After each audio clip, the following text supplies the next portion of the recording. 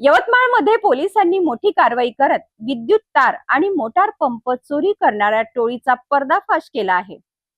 अनेक गावांमध्ये धुमाकूळ घालणाऱ्या या टोळीमुळे शेतकरी आणि वीज विभाग त्रस्त झाले होते। आता या प्रकरणात 10 गुन्हे उघडकीस आले असून तब्बल 14,73,000 रुपयांचा मुद्देमाल जप्त करण्यात आला आहे।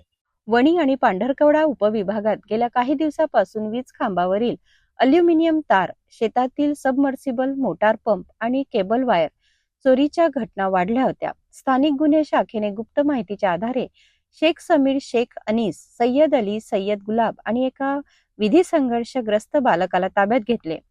चौकशीत आरोपींनी पांढरकवडा, राळेगाव, पाटण, मारेगाव, मुकुटबन आणि पारवा परिसरातील चोरीची कबुली दिली। तपास दरम्यान चोरीचा माल वणीतील एका भंगार व्यावसायिकाला विकल्याचे समोर आले।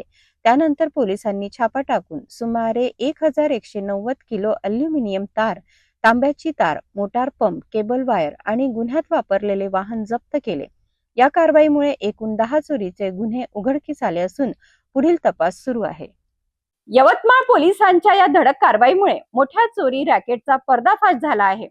विशेष म्हणजे शेतकऱ्यांचे नुकसान करणाऱ्या या टोळीला बेड्या ठोकण्यात पोलिसांना यश आले आहे। आता या प्रकरणातून आणखीन धागेदोरे समोर येतात का, याकडे आता सर्वांचे लक्ष लागले आहे।